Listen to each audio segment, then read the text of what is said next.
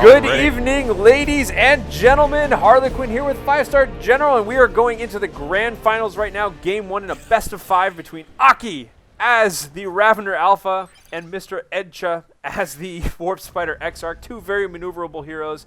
Oh, man, we had a lot of epic games coming up here. 5-Star General, how are you doing? What are you thinking? Where is this going to be going here? We've got a really nice matchup here.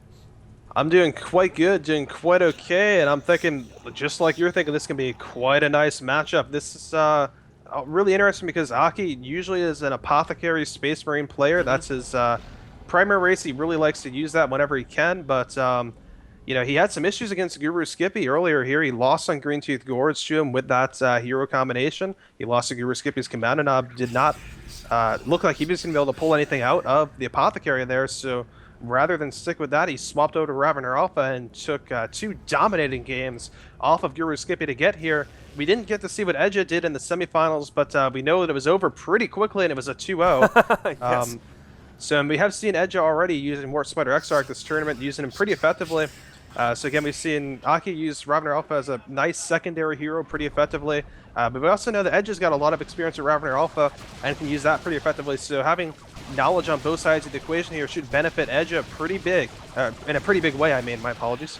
Yeah, we've got both guys going for very effective, maneuverable early game armies right now. What with the double Guardian squads and the and the Howling Banshees out there for Edtjuh, as well as the double Hormigaunt squads. And not even wasting any time. Double Hormagaunts and Termagant Brood already upgraded with poison. Nade! Grenade! Oh, nade goes off right in the middle of those Hormagaunts right there, inflicting, it looks like, about 3 casualties there. Yeah, no, it took, I think, 2 off one and a 3rd off the other. And this is a very aggressive tunnel placement here. Tunnel just charging right into that army. These guys are just going for the throat today. Everybody except for the Warp Spider Exarch, of course, who is dancing around the map right now, capping stuff on the sides. But that was really aggressive early play there, and very, very fast grenade for Edtjuh.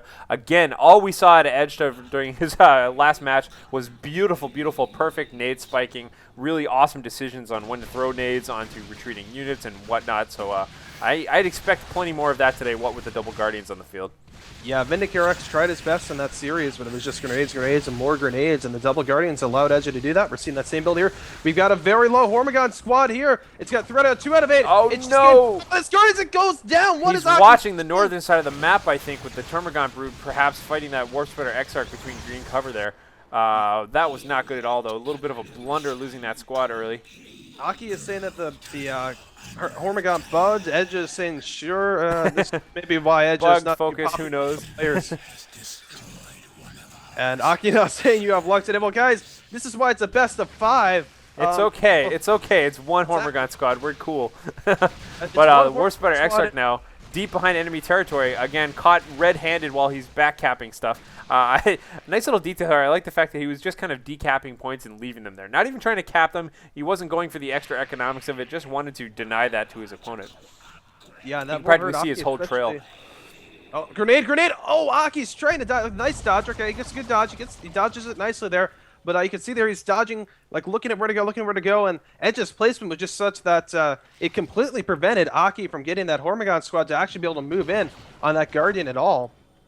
You saw AKI really want to go. Very nice. No! Oh, man. 1 out of 8 Hormigaunt remaining in that squad. That is going to have to retreat. In fact, both Hormigaunts retreat. Edtjuh taking a very dominating master. Oh, my God. Just absolutely riding the exact edge of using grenades in these games. Oh, man. So we've got the Howling Banshees over on the right-hand side, however, chopping away at this Ravener tunnel. Ravener busily defending its handiwork here. Meanwhile, the Howling Banshees hoping to get through that. Most likely just going to put some pressure on this Ravener Alpha and then try and set whatever remaining time they have on these generators. But it looks like we do have the Termagant showing up in time. Yeah, they Maybe should be able to force some them off. poison out right there. Yes, there it goes, and that forces the retreat right away. In the meantime, though, we see again the map. Map control here in favor of Edtjuh is just, well, quite frankly, in favor of Edtjuh. We also have Shuriken Weapon Cannon platform team coming out. And now watch out, the Hormigaunt's here on top of Guardians. They're fleet of footing away to the other Guardians. Ooh, grenade spike there. Doesn't really do much of anything for. Again, Edtjuh like sees into the future there, so he was throwing that grenade 4-dimensionally at where he thought they were. So he, as we know, travels through time faster than most people. Yeah, he did it pretty good. I mean, basically, again, he just makes sure that those Hormigons had no business coming anywhere near any of his Guardians. I would see another tunnel going straight up for these Guardians here. Is it going to get up in time? Yes, it will. The Ravener Alpha pops out. But he is feeding Edtjuh red. Oh, grenade, and the dodge is successful. But anyway, he's feeding Edtjuh red resource, which may come back to bite him later in the game here when Autarchs and Warp Spiders and all sorts of nasty things come out in Tier 2. Warp Spider Exarch just about to cap that victory point and then blink on out of there to safety. Yeah, he's also getting improved targeters right now.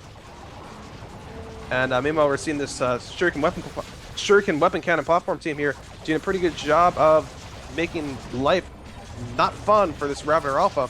Nice looking flight coming out of the Hormigons, though, sneaking up right behind, and the Shuriken weapons team not even wasting any time, just retreating away. They see the retreat going. They're going to force the Warp Spider Exarch to retreat as well. Very nice job there. We have another Shuriken kind of platform team coming out, while a Ravener Brood is coming out for Aki.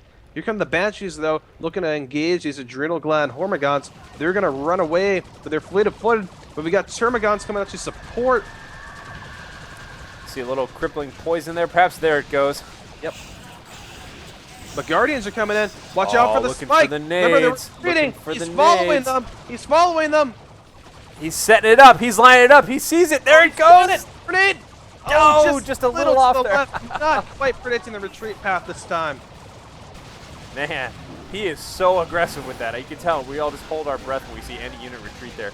Speaking of retreating, Howling Banshees taking a little bit more damage than they need to be, retreating away here. We do have some nice some nice Raveners just kind of digging around here. Raveners without the Devourer upgrade just yet. And that second Shuriken weapons team is out on the field. Nice central position there. Overlapping fields of fire once again. Ooh, and that tunnel is just stopped in its tracks there. And a beautiful burrow as the Raveners make an entrance here, nice. but here we see the benefit of having those staggered Shuriken cannons. Second team just like firing right into all of that. Meanwhile, the Termagants are going to go ahead and hit the Guardians there with some crippling poison. Going to allow the Ravener Alpha to get up into melee with them, allow the Termagants to back off a little bit. And the Hormigons going to go charging in here and take out some Guardians. They got to watch for this one squad. I think actually maybe both squads have grenade spikes ready again. I'm not sure. Just the sheer amount of focus fire there, though, is going to force out the Hormigons before any of that even matters. And Edtjuh taking very strong control of this middle area, even though if he doesn't have the victory point capture, but he will do that right now. Yeah, and there it goes. So it's soon to be 2-1. And by the way, victory points are reversed right now. So Edtjuh, the red player, is showing up as the blue player on the score screen at the top. Ooh, very aggressive-looking webway gate placed right out there by that right-hand victory point as well. Yeah. Speaking of early uses of red there. Yeah, he's got tons, and he knows it because of all these good little gates. double plasma grenade right there too, just kind of keeping that army at bay for a little while. Yeah, allows the gate to get up successfully there. But now we've got this platform here. The Shuriken platform is in big danger. These Banshee's going to allow it to get into the gate. Very nice micro there by Edtjuh, allowing that gate to do its job. That gate is going to be taken down now, but his squads are going to get out. They're going to reinforce and actually retreat when they get right back to base. They're kind of weird, but all right, I'll take it. Why not? Meanwhile, we've got the Ravener Alpha distracting in the middle there, but we've got a huge flanking force coming around the side. Yeah, it looks like those Ravener Brood got kind of caught in the middle of that, but here come the Hormigons doing what they do best, sneaking all the way around. Trying to get... Oh, is it going to retreat? They're just going to hop all over it right now. These guys trying to get in the building. It probably will get there in time just from all the yes, good timing there. Yeah, here and the Autarch is coming in on top of all that. Maybe one grenade. Oh, yeah, it took off one model. That's okay. That's pretty good. I actually do. Edtjuh does something a little different than most players do when he calls on his Autarch there. You saw he spread out his Autarch call-in so that it won't. He's not looking to give just one squad. He's looking to hit something. Yeah, he's kind of hedging his bets, so he puts it in like 3 possible paths for everything, just to make sure one of them hits. That's pretty good. Double energy shields going up right now from these Guardians, making good use of all their abilities right there. Yeah, that probably won't mean too much, though, with a Tyrant Guard coming out. Ooh, Mr. Tyrant Guard. Hey! And this tunnel is just spewing things out. Grenades, though, right on top of the tunnel. Right on Double grenade! Grenades! Hormigons eating grenades. Raveners eating grenades. Whole force eating grenades. Piles of Tyranid bodies there, but still, somehow the swarm is pretty strong here. Retreating away. Oh god, in the middle of, there's so many units just taking pot shots at them though as they're running off there. Especially this Artark who's deep in there. Here comes the here comes the Tyrant Guard. Hopefully, just kind of distracting a little bit, going to be able to tank this for a while. We do instantly have a Bright Lance team queued up as soon as we see that. Yeah. Edtjuh totally on his game there. Wonderful use of Leap there as well by the Autark, just kind of jumping in on top of all of our units, giving them some mobility. We can see that Hive Tyrant, the Tyrant Guard, just busting right through those shields, as you were saying. Yeah, now the nice thing about those grenades, though, is that they force that Eldar force, my bad, they forced the Tyranid force off, I should say. And what was going to happen there, what Aki was looking to do, but look at these Guardian Squad. Slow. No. Out of 544. Maybe a covering grenade. Is he going to drop a grenade to cover their path? Nope, nope. Don't think he has the cooldown for it. Oh, yeah, yeah. But what Aki was looking to do was to actually, come up behind there with all the tunnels and stuff, and to kind of break open the lines and allow that Tyrant Guard to just bust down the front and then trap everything. And here we go, the Tyrant Guard's going to be backed into its shell, but this is not going to last. We've got Banshees with their leader. We've got the Bright Lance. We've got the Autark. We've got way more things than that. Stalling away here for a little while, and there it goes. Oh, no. And Aki is just driven away en masse here, and it looks like Edtjuh is going to be able to grab that. And we have a good game, sort of, or something. Yeah, we had a concede without GG, complaining about abuse. Again, no phase shift or anything, just relatively rather good play from Edtjuh, honestly. I mean, it wasn't even that map control is too much of an issue, and I don't think you can really complain too much about map control as Ravener Alpha. So, always that. Both there. But oh well, so it looks like game one going to Edtjuh there. Why not? I'm going to move on to game two here in the finals.